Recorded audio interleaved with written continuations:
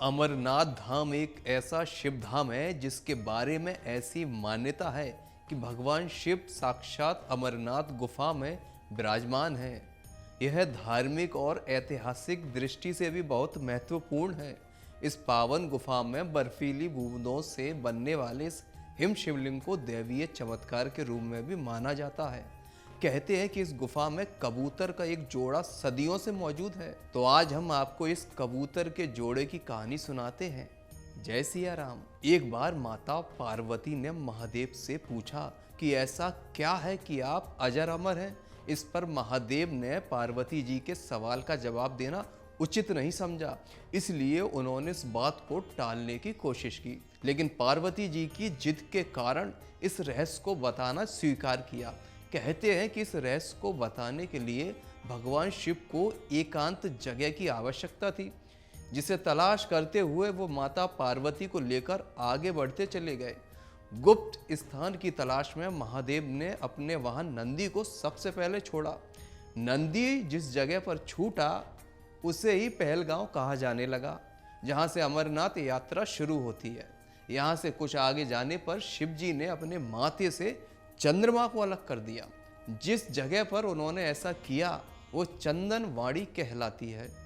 इसके बाद गंगा जी को पंचतरणी में और गले के सांपों को शेषनाग पर छोड़ दिया, जिस कारण इस पड़ाव का नाम शेषनाग पड़ा। अमरनाथ यात्रा का अगला पड़ाव गणेश टॉप है। मान्यता है कि इस स्थान पर शिव ने अपने पुत्र गणेश को छोड़ा था। इस प्रकार इस 5 को पीछे छोड़ने के बाद भगवान शिव ने माता पार्वती के साथ उस गुफा में प्रवेश किया। इसमें कोई भी तीसरा प्राणी प्रवेश ना कर पाए, इसलिए शिव जी ने गुफा के चारों ओर अग्नि प्रज्वलित कर दी। जिसके बाद महादेव ने जीवन के उस गूढ़ रहस्य की कथा शुरू कर दी। मान्यता है कि कथा सुनते सुनते देवी पार्वती जी को नींद आ गई। उस समय 2 सफेद कबूतर इस कथा को सुन रहे थे। जब कथा समाप्त हुई और भगवान शिव का ध्यान माता पार्वती पर गया तो उन्होंने पार्वती जी को सोया हुआ पाया।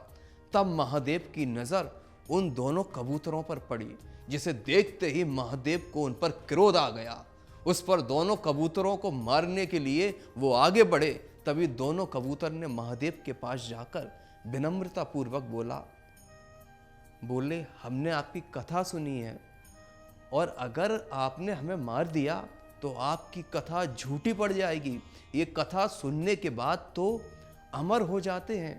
कहते हैं कि इस पर महादेव ने उन दोनों कबूतरों को वर दिया कि वो सदैव उस स्थान पर शिव और पार्वती के प्रतीक के रूप में रहेंगे। उस दिन से आज तक वो दोनों कबूतर आज भी वहीं मौजूद हैं। कहानी आपको कैसी लगी कमेंट कर जरूर बताना। जय सिया राम। अगर आपको हमारा ये वीडियो पसंद आया हो तो हमारे चैनल जीवांजलि को सब्सक्राइब करें